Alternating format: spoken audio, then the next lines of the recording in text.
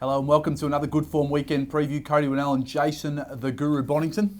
I don't mind that. Yeah, no, Guru's very good. Yeah, no, I'm happy with that. Look, I'll be the Guru for today. Hopefully we can find some winners for Tabcorp Park because it's a tricky program, but there's a couple of very, very good races. Before we get started, we should talk about the fast class racing of late, Bonners, and in fact, just more generally the metropolitan racing of late. You've been pretty vocal saying it's flying at the moment. You're excited about where it's going, and is this in some way attributed or mostly attributed to the national rating system? I think it has to be honest, because more than ever, I don't think maps are still the crucial element, the absolute crucial element in how I ascertain my tips and find my wages. But now you're looking for, it's sort of more thoroughbred. You're getting big fields and you're saying, look, I want to get something or I want to find something in barrier 10. Quite often you're finding really good gates, but off the front line, and horses who, because they're inferior in ability, generally speaking, they want to really battle each other early on. It's setting up very genuine tempos. We've seen, of course, recently Born to Rock and Roll go within 0.4 of a second outside the middle trip track record of Tabcorp Park Melton,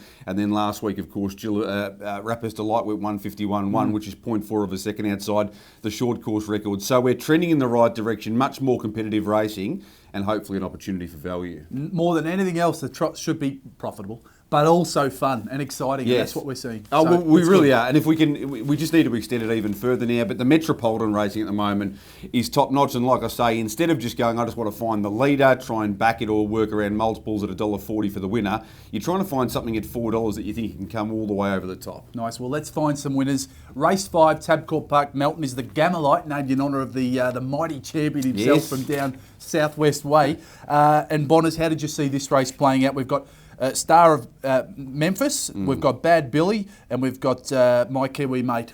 I reckon most of the horses off the front line here are going to restrain at the start, and I'll tell you who that's great news for. It'll be music to your ears, I believe, Star of Memphis, because you've got Hashtag who's going to do nothing early. It Made My Day will have a little go early on, I reckon. I thought it could get across the pole marker. That's how I read it as well. Reciprocity is interesting because she's quite quick. She looked a lot quicker as a horse coming through the grades. Now you're seeing as a gate speed horse, she's got speed, but she's not going to go straight across It Made My Day. I think she might get across there ultimately, and Higher Than an Eagle is going to ping across everything in my opinion. But that's going to leave Star of Memphis just cruising through well forward of midfield after 200 or 300 metres, and from there Kate Gath will have a little breather, count to 5, then whip around and try and control the race, and fourth up from a break, the way he's been going, that's a recipe for success for mine. He's got form around all of the nice horses. I couldn't agree more. You sort of mentioned that I do like this horse. I do. I think Star of Memphis is one of the best bets of the night.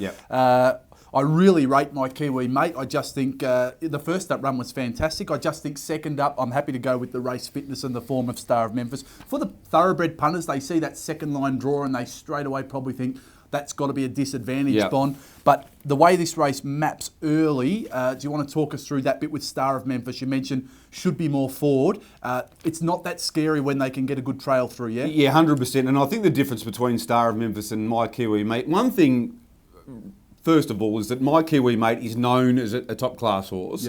Star of Memphis is more thought of as a horse going through its grades, but mark my words, he's a very, very high quality horse, Star of Memphis. So he gives away almost nothing, if nothing, in class, and he's got that versatility. He's a horse who's done a lot of his racing up on the premises, whereas My Kiwi Mate is a sit sprinter by nature, and that's more of an imposition. Second line draws, if you're a sit sprinter, means you get to sit back, and I reckon My Kiwi Mate's going to be maybe, 1 by 3 and have to peel, look for a cart, try and flush something, may or may not happen. So you've got question marks with him. He's also had a break after having that really good first up run. He's had a little while off the scene after a little setback, whereas Star of Memphis hasn't had that. He's had the continuity of racing, and that's why he's my clear on top selection. I'm going to play it two ways. I'm going to back Star of Memphis to win, and I'm going to have a little bit on the place for Bad Billy. I just think outside of the two main chances, the way the map works out, I thought some of the other horses might get stuck in an awkward position. I kind of like Bad Billy, just class at about $5.50 the place at the moment, fixed. I don't know what price you're getting about Shorty's Mate. I'll take you on head-to-head with Shorty's Mate as my roughie in the race. I really think Rishi's running that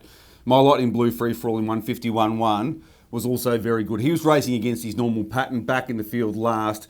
flashing home. Same race as Star of Memphis. I reckon Rishi's about to let everyone know what a good horse he is. Again, third up from a break. But if we're going to go head to head at a price, you can have Bad Billy's a good boy tonight, and I'll have Shorty's mate. Sounds good. So race number 6 is the next one we'll look at. We'll go chronological here. The Tab Multiplier Pace, and there'll be a lot of people in the favourites corner here, Raptors Flight, because he's looked really, really good so far, Bon. He's drawn the pole. Is it as simple as him just leading and winning on this occasion? Well, the narrative's as exciting as anything else about this race. I mean, we're going to have a punt, no worries about that. But the narrative of Raptors Flight, this untapped horse, 6 from 6 in Australian soil, gate speed horse, TCB McRae, former Spruik horse from a number of years ago, bounces back into the winners list on Super Saturday Race 1 on the program in career best time, 153.2, I think, from memory. Now, everyone's going to think leader behind leader. It's not that simple.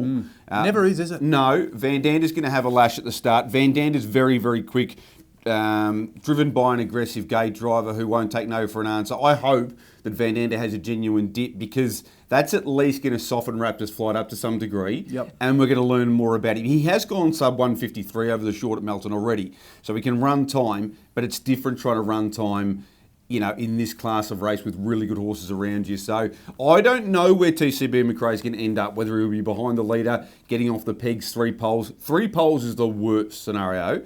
But even off the pegs, as long as they go a sub 28 second first quarter, I think he can win the race, and I reckon you do too. I've got him on top, Me too. 100%. I just think, as good as Raptors Flight is and has shown to be so far, he keeps working his way up in class. This is his biggest test. I know Kima Frenning rates his horse very highly, and hey, the picket fence form line would suggest he's very, very good. But Van Dander will have a good crack early. Jack Law, as you say, he doesn't he takes no prisoners early. Jean-Luc could go forward at some stage and try and be a fly in the ointment. And Van Mara at some point, it could go forward and sit in the breeze and just put a bit of tempo in the race too. I think no matter how it works out, TCB McRae, now that he's back in winning form, he's a confidence horse, isn't he? Well, I think the major thing for him here too is, over the course of his career, I think it's fair to say that if he gets there too soon, that's a bad sign. He's not going to get there too soon.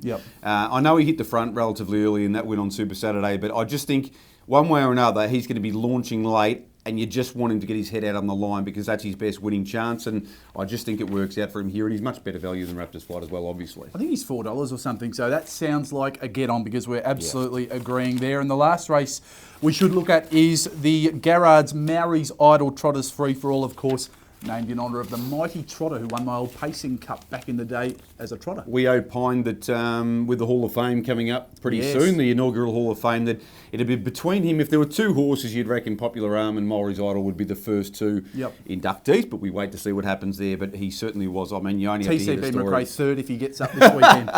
Yes, and Tornado Valley 4th. Absolutely, Tornado Valley. Is it just a win? What is it, $1.70, $1.80 at the moment? Bon, as you were mentioning before the show, that price hasn't moved yet. I marked him $1.50. I reckon he's a genuine $1.30, $1.40 chance. He will get to the front. I'm 90% sure he'll get to the front again. He's had that little gap between races, and I don't 100% know why, and that's the only little concern. And probably there's a tiny concern that people haven't decided to take the $1.70, $1.80 and launch into it. But quite often these days, when the min bet limits kick in on the day, you might see him crunch first thing in the morning, and you'll think, why didn't I back him at the $1.70, $1.80 via various platforms? So he just wins the race for mine. I reckon Save Our Pennies is a clear second pick, because I think Save Our Pennies will find the front. There'll be no lead there for Big Jack Hammer, none for Tough Monarch. I'm excited to see what Tough Monarch can do if he breezes outside Tornado Valley, to see if he has bridged the gap at all. But on all the evidence that we have available to us, Tornado Valley should just win the race. Couldn't agree more. I've tipped it on top. But at $1.70, or at the moment, given that hasn't shortened yet, I'm not going to be launching into Tornado Valley. Just with, as you say, that little break going in. The one I could entertain at odds is Kai Valley Blur. I just think this horse, I mean, we know on his night he can win any trot free-for-all. I just think he's building up again. He just shows these little signs that he's getting closer, and then he comes out and wins at 20-1, and we all think, geez, he's done that so many times. Well, as a multiple Group 1 winner, what you want to see, and what is not entirely out of the realm of possibility, is if Save Our Pennies, Tough Monarch and Big Jack Hammer all begin as quickly as they can. And now that Big Jack Hammer's got a bit of consistency behind his racing again, and so too is Save Our Pennies, that they're saying to themselves, look, we're sick of handing up to Tornado Valley. We're going to make him, even if he gets the front, we're going to make him absolutely burn through the first 600 metres. This is our opportunity. This is where Kai Valley Blur comes into play. Absolutely. Hey, what's your best bet? Or is there something else outside of the races we've talked about that you'd be playing in this early part for the Good Form preview? Look, I'm really keen again. I don't know what price we're going to get about Noah Apache-Me, but I think he will win the second of the Battle of Claimers qualifiers. Fifth in line for the Hall of Fame in your Hall of Fame. Well, he's more like first for mine. I reckon Illawong Armstrong's been a very difficult horse to get a trusting relationship with over a long period of time. But I just got a funny feeling he's racing better than his rivals. He's flashing home. If he hadn't galloped last time out, he might have even tested a horse like Big Jackhammer. He gets back down into a rating 78-85 affair. He's a bit like TCB McRae. He's too good to be in that grade. Yep. But the rating system's allowing him this opportunity. He's got a wide second line draw. We'll get an okay price.